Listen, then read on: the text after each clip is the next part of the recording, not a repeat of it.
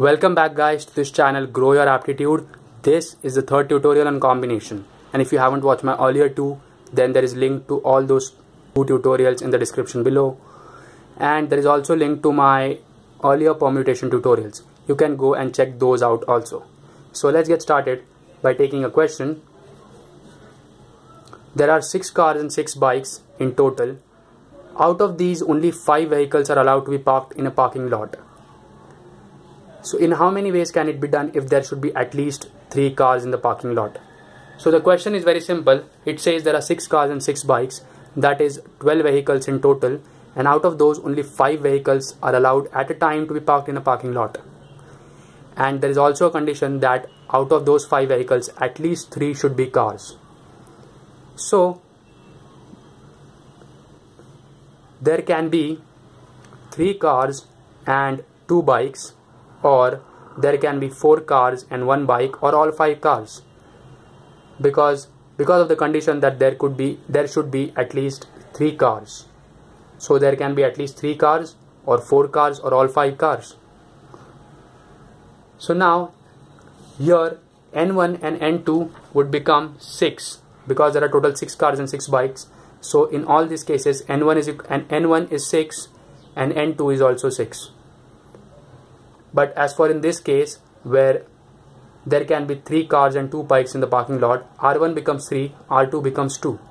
Similarly in this case where it is 4 cars and 1 bike, R1 becomes 4 and R2 becomes 1. And in this case R1 becomes 5 because there are all 5 cars.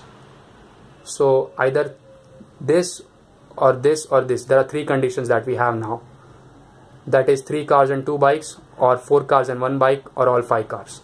Now when you put these values in the basic formula of combinations, you get 6C3 into 6C2 because there are 3 cars and 2 bikes, or that is plus 6C4 into 6C1 because there are 4 cars and 1 bike out of total 6 cars and 6 bikes, or that is plus 6C5 because there are all 5 cars out of total 6 cars.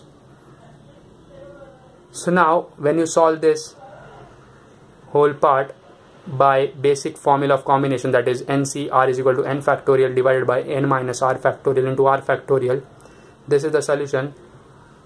You get answer as 396 different ways, or 396 different combinations.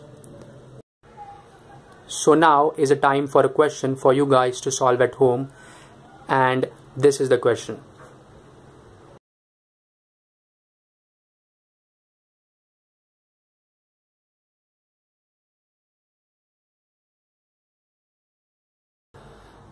So that's all for today guys, and don't forget to like, comment and subscribe to our channel, as I have lots of videos coming just for you guys on how to solve aptitude problems.